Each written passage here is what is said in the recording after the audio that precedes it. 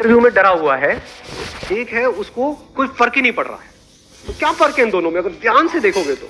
एक है वहां पर उस इंटरव्यू को क्रैक करने के लिए गया है, एक है जो मजे के लिए गया है, मतलब उसको नहीं भी होने से कोई फर्क नहीं पड़ता है, और दूसरा बंदा है वो इस थॉट से ही डर जाता है कि अगर नहीं हुआ तो पता नहीं क्या हुआ। अब यहां पे एक बहुत इंटरेस्टिंग, मतलब बड़ा कमाल का एक कॉन्ट्रडिक्शन है कि अगर आप चाहते हो कि आपका हो जाए जो भी आप चाहते हो, कोई खेल खेल रहे हो और आप जीतना चाहते हो, तो आपके हारने के चांसेस बहुत ज्यादा है। और अगर आप खेल रहे हो खेलने के लिए, तो अब आपको हराने का कोई तरीका ही नहीं। अगर दोनों की स्किल बराबर है तो कंडीशंस अप्लाई, इसको ध्यान से समझ लेना। अगर बैकग्राउंड में फर्क है तब तो वहां पर ये सब दिमाग लगाने की जरूरत ही नहीं है कि एक बंदा है ग्रेजुएट है एक नहीं है, तो ग्रेजुएट का हो गया क्योंकि वहां पे लिखा हुआ था कि भाई ग्रेजुएट्स के लिए है, तो दूसरे को बाहर कर दिया। तो अब इसकी हम बात नहीं कर रहे हैं, हम कह रहे हैं एक ही कॉलेज से दो बच्चे निकल करके आए हैं और एक डर रहा है एक नहीं डर रहा है, तो डर का कॉज क्या है उसको हम फाइंड आउट करने की कोशिश कर रहे हैं। इसको आप डर भी बोल सकते हो, इसको स्ट्रेस भी बोल सकते हो, इसको प्रेशर भी बोल सकते हो, जिसकी वजह से क्या होता है हमारी जो कैपेबिलिटी है, जिस लेवल पे हम परफॉर्म कर सकते हैं उस लेवल पे हम नहीं कर पाते। क्योंकि जितना आप उस सक्सेस के बारे में सोचोगे कि मेरा ये जॉब इंटरव्यू क्रैक होगा होगा होगा होगा होगा, उतना ही आपके अंदर डर भी पैदा हो जाए, वो ना होने का डर। देख रहे हो ना दोनों में क्या फर्क था? एक ये था कि मेरे को जॉब मिल जाए, अदर डिजायर कुड भी कितना मजा आएगा, इंटरव्यू के लिए जा रहा हूं, पहली बार जा रहा हूं, देखता हूं क्या होगा वहां पर। मतलब you are acting out of curiosity, एक बच्चे की तरह। ठीक है हो गया नहीं हुआ कोई बात नहीं, क्या फर्क पड़ता है, यहां नहीं हुआ तो ये थोड़ी कि लाइफ खत्म हो जाएगी, या हो भी गया तो ये मतलब थोड़ी है कि जिंदगी भर यहीं पे रहने वाला हूं, हो सकता है वैसे ही निकाल दें 4 दिन बाद, तो ये तो हो जाता है नहीं होता है। तो कहने का मतलब है कि ये नहीं कि ये हो रहा है वो हो रहा है, मतलब you are excited about the process. एक तरफ से you are excited only about the outcome. Job मिल गई तो मजा आ जाएगा, नहीं तो बुरा हाल हो जाएगा, तो आप एक भिखमंगों की तरह जियोगे। क्यों? क्योंकि डरे ही रहोगे ना। जॉब मिल भी गई ऐसे बंदे को, क्या वो डर डर के काम नहीं करेगा? क्योंकि मुझे यहां से निकाल दिया तो मैं बर्बाद हो जाऊंगा। क्या बर्बाद हो जाऊंगा? और तब अगर उसको ऊपर वाले बंदे आकर के कहेंगे, कठपुतली की तरह नचाएंगे कि तेरे को सारे गलत काम करने दुनिया जहान के, करेगा या नहीं करेगा?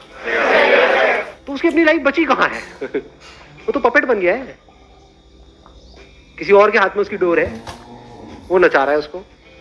फॉर एग्जाम्पल कोई बंदा है, उसकी सोच है कि मुझे तो एक टॉप स्टार बनना है, कि मतलब बॉलीवुड में डेली, मतलब बॉम्बे अगर आप लोगों को पता हो तो, कि डेली हजारों लोग ट्रेन से उतरते हैं हीरो बनने के लिए, एक्टर बनने के लिए नहीं, हीरो बनने के लिए। सबको हीरो बनना है। क्या होता है उन लोगों का हाल? अच्छा होता है बुरा होता है? क्या कभी उनको हमने देखा जा करके प्रैक्टिकली उन लोगों की लाइफ को ऑब्जर्व किया है कि क्या क्या हालत होती है? मैंने धक्के खाए हैं इसलिए मुझे पता है अंदर की कहानी क्या है। बहुत बुरी हालत होती है, इतनी बुरी जिसकी कोई हद ही नहीं, हर तरफ से पिसे हुए होते हैं। क्यों मर रहे हो? क्योंकि उनको हीरो बनना है। अब अगर उनको कोई सपना दिखाएगा कि हाँ, या उनको कोई रास्ता मिलेगा, हाँ बेटा मैं तेरे को हीरो बना दूंगा, लेकिन जो मैं कहूंगा वो करना पड़ेगा, वो करेगा या मना करेगा? तो उसके अंदर बचा क्या? सोच रहे हो? अगर दुनिया जहान के उसको गलत काम करने पड़ रहे हैं वो बनने के लिए, वो करने के लिए जो वो करना चाहता है, तो वो बन भी गया तो अंदर कुछ बचेगा ही नहीं। तब तक 5-10 साल में कुछ बचेगा ही नहीं। शक्ल देखोगे तो सब कुछ नकली होगा वहां पर, नकली हंसी, नकली सक्सेस, अंदर से सब खोखला, सब खाली। तो दूसरा तरीका क्या हो सकता है लाइफ को जीने का? अगर वो बंदा समझ पा रहा है तो वो क्या कहेगा? बाहर में क्या हीरो हीरोइन, इस सबसे क्या करूँगा? एक्टिंग में है मेरा इंटरेस्ट, मेरे को एक्टर बनना है। एक्टर कौन है? एक्टर के लिए क्या बड़ा क्या छोटा? समझ रहे हो? अगर कोई एक्टर है तो उसके लिए स्टेज बड़ा या छोटा नहीं होता है, हीरो के लिए बड़ा छोटा होता है कि ये छोटा स्टेज है, मैं यहाँ पे कैसे आऊंगा। समझ रहे हो? तो ये कुछ बेसिक सी चीजें हैं जो अगर इस लाइफ में इस टाइम पे अगर आपको समझ आ गई ना, तो बड़ी कमाल की लाइफ हो सकती है। हाँ आप बोलिए।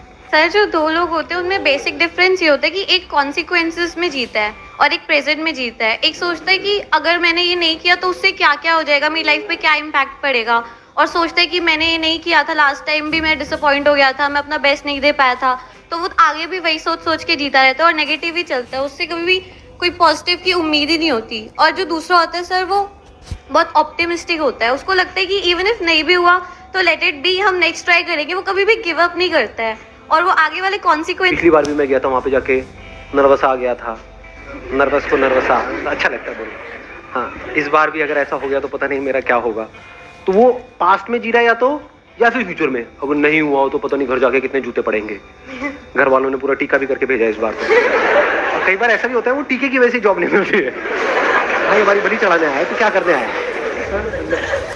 द पॉइंट इज कि एक बंदा है जो पास्ट में जी रहा है या फ्यूचर में जी रहा है, अगर वो एक्साइटेड भी हो रहा है सोच करके कि हाँ अब तो मुझे मिलेगी मिलेगी मिलेगी मिलेगी जॉब ये वो, तो उस एक्साइटमेंट में भी हो सकता है वो रायता फैला रहा है अंदर जा करके। होता नहीं है, कई बार ओवर कॉन्फिडेंट हो जाते हैं। मतलब वहां पे टेबल पे गए, बैठे अपनी फाइल बैठे, ले देख क्या है तू, तेरी जगह मेरे पास होगी, ये कुर्सी दिख रही है, बहुत सेक्शन देखे हैं मैंने उसके, क्या लगा रहा है मुझे तू।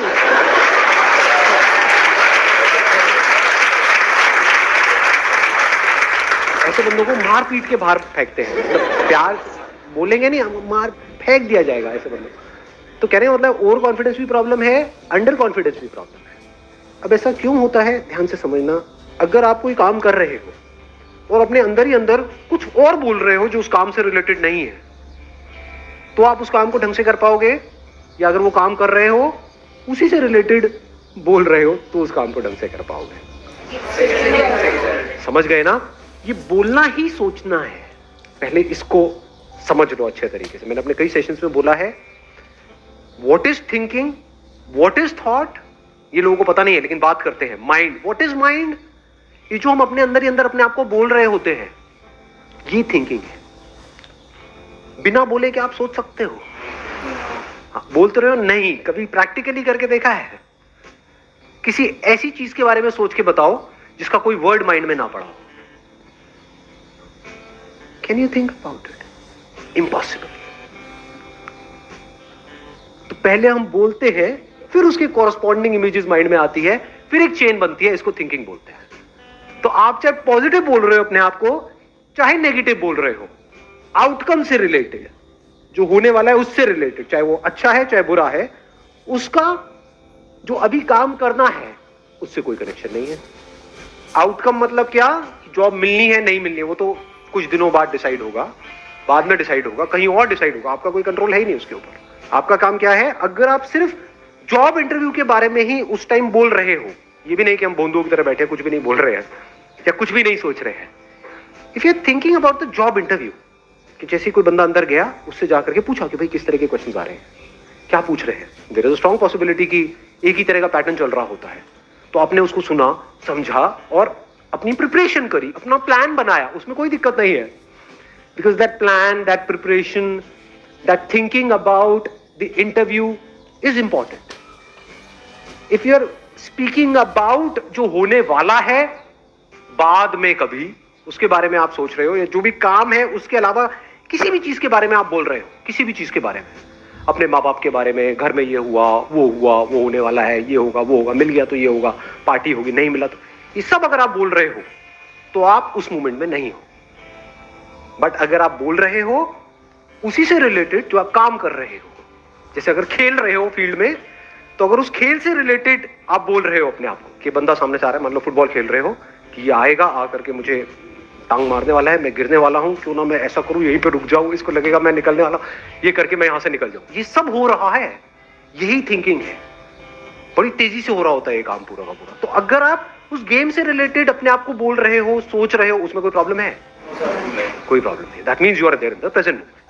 बट अगर उस टाइम पे देखना ये है कि सामने वाला ओपोनेंट कैसा है, उसकी स्ट्रेंथ्स क्या है, उसकी वीकनेसेस क्या है, मैं कहां से जाऊं, कैसे जाऊं, ये सोचने की बजाय अगर आप सोच रहे हो, आपकी नजर पड़ी वहां पे ट्रॉफी पे और उसके बारे में सोच रहे हो, इमेजिन कर रहे हो कि वो ट्रॉफी मेरे हाथ में होगी और फिर पूरी कंट्री सेलिब्रेट करेगी, ये होगा, वो होगा, I will create history, then आप फ्यूचर में हो, आप उस मोमेंट में हो ही नहीं, अब आप हार जाओगे। आपकी सक्सेस जो है, जिस भी फील्ड में आप जा रहे हो, उसका कनेक्शन है कि आप अपनी 100% कैपेबिलिटी पे परफॉर्म कर सकते हो या नहीं कर सकते। इसको ध्यान से समझ लेना। कुछ और, एक और लेयर निकल करके आई है। मतलब आपकी कैपेबिलिटी ये है, यहां पर है, किसी और की कैपेबिलिटी ये है, आप उससे हार जाओ, कोई प्रॉब्लम नहीं है। पॉइंट ये है कि क्या आपने अपना 100% दिया। अगर आपने अपना 100% दिया और आप उस बंदे से हार भी गए, भी आप जीत गए, क्योंकि आपको 100% देना आ गया लाइफ में।